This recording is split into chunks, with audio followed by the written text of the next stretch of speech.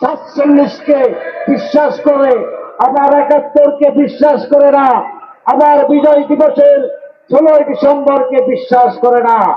সেই কারণে আমরা বলবো, বাংলাদেশকে যারা বিশ্বাস করবে না, মুক্তিযুদ্ধকে যারা বিশ্বাস করবে না, তাদের রাজনীতি করার অধিকার বাংলাদেশে নাই। তাদের যদি ভবিষ্যতে রাজনীতি করতে হয়, বাংলাদেশের মানুষের কাছে 71-এর জন্য প্রকাশ্যে ক্ষমা চেয়ে বলতে হবে যে আমরা 71-এ যে ভূমিকা রেখেছিলাম পাকিস্তানের পক্ষে, আমরা ভুল করেছি, তার জন্য আমরা ক্ষমা প্রার্থী। আমরা এখন বাংলাদেশে রাজনীতি করতে চাই। তাদের ভুলে গেলে হবে না।